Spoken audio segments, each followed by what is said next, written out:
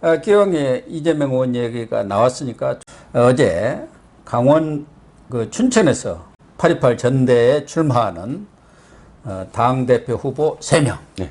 TV 토론이 있었죠. 거기서는 아마 이 강훈시 박용진 의원이 이재명 의원을 협공을 한 것 같아요. 그렇죠.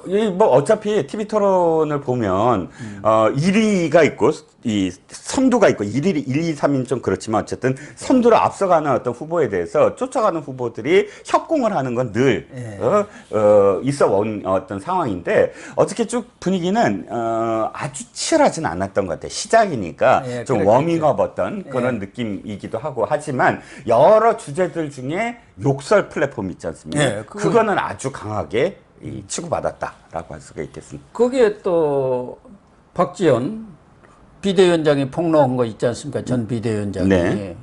그 인천 계양을 공천해달라고요. 셀프 공천했다. 셀프 공천, 예. 그 부분도 상당히 논란을 피했던 것 같은데요. 네네. 논란이 있었죠. 그런데 TV 토론이 이제 막 시작을 했습니다만은 이게 지금 권역별로 쭉 돌아가면서 하고 또 마지막에 이제 서울에서 크게 할 것 아니겠습니까? 그렇죠. 전당대회 기억하시겠지만 노무현 후보의 광주 그러니까 물론 이건 대선은 아닙니다만 물론 이런 이 반전 때문에 이번에도 흥행. 어차피 지금 아무리 뭐 당대표 뽑는다고 하더라도 지금 이걸로 컨벤션 효과를 노리려면 전국을 딱 해서 바람을 일으켜 갖고 서울에서 마지막에 짠하는 그 구도를 언제나 민주당은 똑같이 하고 있거든요. 그런데 지금 TV 토론 이제 첫 회 했으니까 뭐 우열을 가리기는 어렵습니다만은 이재명 의원이 토론의 달인이라고 하지만 박용진, 강훈식 의원도 우리도 또 많이 패널로 같이 해봤습니다. 만만천의 실력을 또 가진 사람이고. 그렇죠. 여기는 86세대라고 보면은 여기 97세대 아닙니까? 그렇죠. 그런 측면에서 과거에 한나라당 시절에 이해창 총재가 이인재 당시 후보고 TV 토론에서 완전히 지휘했습니다. 그래서 이인재 붐이 일어난 거거든요. 그렇습니다. 그렇기 때문에 앞으로 TV 토론 결과에 따라서는 뭐 단일화 문제도 있습니다만 큰 변수가 될 가능성도 있지 않나 그런 생각이 들어요. 그렇죠. 사실 우리가 너무 어대명 해서 그렇지 지금 국민의힘을 한번 보죠. 국민의힘이 왜 이렇게 그 대선이라든지 여러 가지 어떤 그런 그 선거, 그 지방선거라든지 이길 수 있었고 한때 지지율을 민주당과 엄청난 격차로 벌일 수 있었느냐면 새로운 세대가 등장을 했거든요. 이준석이 잘했다 못했다를 떠나서 대변인도 포함해서 청년들이 우르 보수의 어떤 그런 새로운 얼굴로 등장을 했고 윤석열 대통령 역시 지금 보수 쪽 사람이 아니었어요. 어쨌든 새로운 등장을 해서 그것이 화제가 되고 하면서 그런 토론이라든지 이런 과정들 속에서 이준석도 한 번에 그냥 확 바꿔버렸어요. 여론조사 한번 딱 뒤집고 주호영이 1위라고 생각하고 나경원이 1위라고 생각했는데 갑작스럽게 한길 리서치에서 이준석이 1위야. 4위, 5위 했었죠. 그러면서 확 뒤집혔어요. 한 번에. 그러니까 그 이전까지 경선 직전까지는 이준석이 거의 뭐 한 4, 5위도 아니었거든요. 자, 그러니까 여기서도 지금 일단 세대론이 얼마나 붙느냐. 이재명도 역시 60살이고 지금 기득권이었다. 뭐 86그룹은 아니지만 그래도 나이도 비슷하고 해서 이렇게 몰아붙이는 그 힘이 양쪽 박용진과 강훈식한테 얼만큼 가느냐. 변혁의 힘. 뭐 새바람의 힘, 뭐 거기에 따라서 또 사실 박빙이 될 수도 있지 않겠습니까? 이재명 후보와 박용진, 강훈식 후보는 3파전이라고 하지만 뭐 어차피 어대명 아니냐 이렇게들 생각을 하고 있었는데 우상호 비대위원장이 이 언론 인터뷰에 나와가지고 종편 프로그램에 출연해서 지난 컷오프 경선을 했지 않습니까? 거기에서 1, 2위가 박빙이었다. 이렇게 지금 얘기하고 나왔어요. 원래는 이제 발표를 안 하게 되어 있는데 구체적인 숫자는 밝히지 않았습니다만 박빙이라는 것은 대개 뭐 2, 3%, 5% 이내를 박빙이라고 하는 것이지 뭐 10% 이상 나면 박빙이라고 하지 않습니까? 오차범위네. 오차범위네. 그럼 이재명과 2위가 상식적으로 보면 박용진이라고 볼 수가 있는데 뭐 강훈식인지 강훈식일 수도 있고요. 없지만 어쨌든 박빙이었다는 거 아닙니까? 조금 정확하게 그 우상호 비대위원장의 워딩을 보면 박빙이었다라고 얘기한 게 아니라 이 진행자의 그런 이런 언론 보도가 있다라고 이야기하는 것에 받아서 그 언론 보도에 따르면 박빙이었다는 거 아닙니까?라고 얘기를 했어요. 그러니까 인용하는 것처럼 얘기했어요. 하지만 그럼에도 불구하고 비대위원장이나 혹은 당 대표는 그렇게 얘기하면 안 되는 거고. 아니면 아니라고. 아니면 그거 발표할 수 없습니다라거나 그 원래 당원당규상 제가 그걸 말씀드릴 수 없습니다라거나 아니 그런 건 제가 알기에는 뭐 그건 아닌 것 같습니다라고 하거나 어쨌든 빠져나와야 되는데 그래 뭐 언론 보도에 따르면 그랬다는 거 아닙니까라는 건 자기 입으로는 그 1, 2위라고 얘기를 못 하는데 보도를 인용해서 이걸 추인해 준 게 아니냐라는 해석이 가능하죠. 그렇다고 본다면은 네네. 물론 이제 그 당시 이 후보 컷오프 시대의 경선하고 본선 그 투표 내용이 룰은 좀 다릅니다. 룰이 다릅니다만은 네네. 일단 의대명은 깨진 것 아니냐 이런 관측이 나오고 있는 거란 말이에요. 끝까지 봐야 되는 거 아니야 이거? 예. 혹시나 또 뒤집힐 수 있는 거 아니야? 라는 불을 지폈다는 거죠.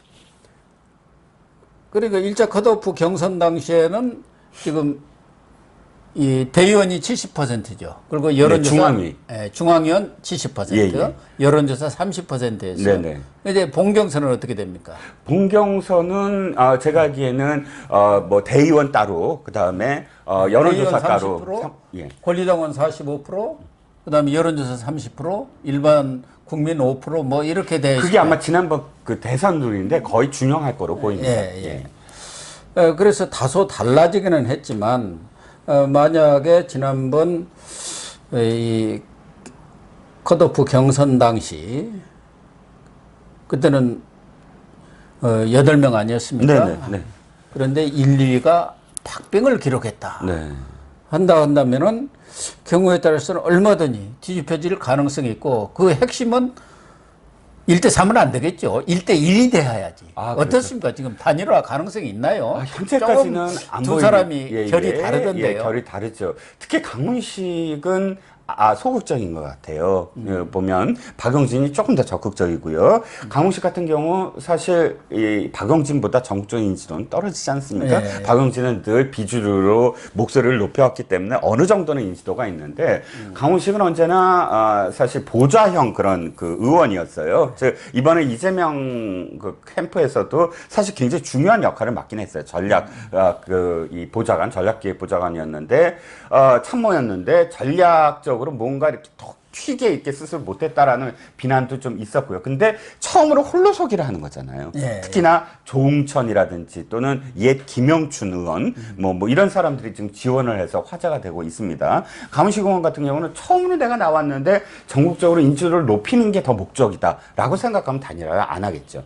하지만 그럼에도 불구하고 끝까지 자기 목소리를 내다가 반전이 있지 않습니까? 마지막에 딱 하고 두 사람 중에 한 사람으로 가면 그게 또 시너지가 확 일어나거든요. 극적인 단일화가 더 시너지가 나는 거 아니겠습니까? 우리가 다 아는 단일화는 드라마도 이거 둘이서 어떻게 할 거야? 둘이서 결혼할 거야? 라고 하면 끝까지 보겠습니까? 그러니까요. 안 할 것 같은데 갑자기 결혼했다거나 이혼을 하면 보죠. 그래서 8월 28일이 전당대회인데 아마 전당대회 막바지까지 계속 단일화 이슈를 끌고 가지 않겠느냐. 네, 그렇겠죠. 만약 이 두 사람이 단일화를 할 생각이 있다면 그래서 막판에 단일화를 통해서 대역전을 일종의 드라마를 만들어내는 것 아닌가 하는 생각도 들어요. 네네.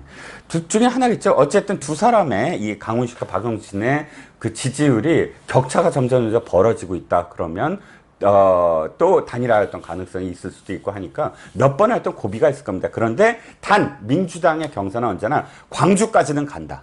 광주 가서 광주 가서 이게 왜냐하면 대주주니까 대주주들이 어떻게 판단하느냐가 사실상 단일화의 최대 고비다라고 할 수가 있겠습니다. 사실은 전에 문재인 대통령 당시 대표 나왔고 박지원 의원이 당 대표 선출에 나섰는데 그때 경선을 2013년인가요? 예, 그렇죠. 예. 당연히 문재인이가 압승을 할 줄 알았는데 아마 3% 이내로 아주 박빙으로 갔었어요. 그렇죠. 그 당시에. 당시 이제 문재인 수석 시절 비서실장 시절에 호남 홀드했다. 이게 뭐 돌면서 그렇기 때문에 지금은 당연히 어대명이라 이대명이라고도 합니다만 네.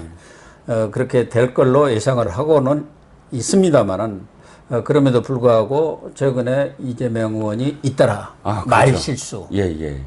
이게 구설수에 지금 오르고 있지 않습니까? 한 번이면 또 모르겠는데 한 서너 가지가 겹치면서 당내에서도 야 이게 또 경선에 대선에 그때 어떤 막말 시리즈가 또 다시 나오는 거 아니냐. 이재명을 잊혀졌던 이재명의 어떤 어두운 그 다크한 그런 면이 또 다시 부각되는 거 아니냐라는 목소리가 당내에서도 나오기 시작했고 또 왜 이낙연 계열 사람들 있지 않습니까? 네. 서론이라든지 윤영찬이라든지 이 사람들이 연일 지금 SNS에서 때려대고 있어요. 이게 목소리가 더 높아질 수도 있다는 거죠. 그리고 늘 따라붙는 사법 리스크. 지금 경찰에서는 김혜경 법관은 적어도 8.15 네네. 그 8월 중순경에는 발표를 하겠다고 이미 예고를 했어요. 네네. 그리고 뭐 수사는 다 돼 있대요. 우리 언론에서 보도된 훨씬 이상의 철저한 수사가 되어 있다. 우리 서정욱 변호사님이 그쪽 경찰 정보 소식 등한테 들은 얘기는 네네. 깜짝 놀랄 경찰 통제할 만한 내용들이 나올 것이다. 이렇게 예고를 하고 있기 때문에 검찰과 경찰의 발표 내용에 따라서는 뭐 법과 말고도 성남 FC가 나올 수도 있고 또 저쪽에 변호사비 대납 사건 이런 것에 대한 중간 결과 수사 결과 발표되면은 8.28 전대에 큰 영향을 미치고 휘청일 가능성은 상존하고 있는 거 아닙니까? 그렇죠. 예. 변수가 막 등장하기 시작했다. 여러 가지로. 예. 그래서 사실은 선거라는 것은 늘 얘기지만 예측이 빗나가는 경우도 많고 네, 그래서 그럼요. 뚜껑을 열어봐야 한다. 예. 막판지에 그렇습니다. 뚜껑을 열어봐야 합니다. 예. 그리고 뭐 이 TV 토론에 어떤 또 변수가 생길지 몰라요.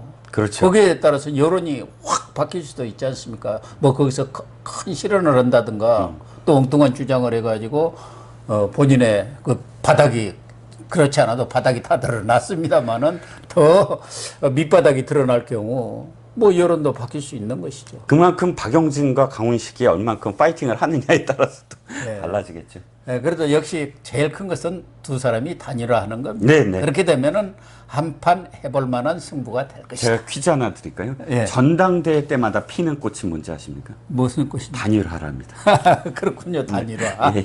예, 예, 단일화가 관건이네요. 네.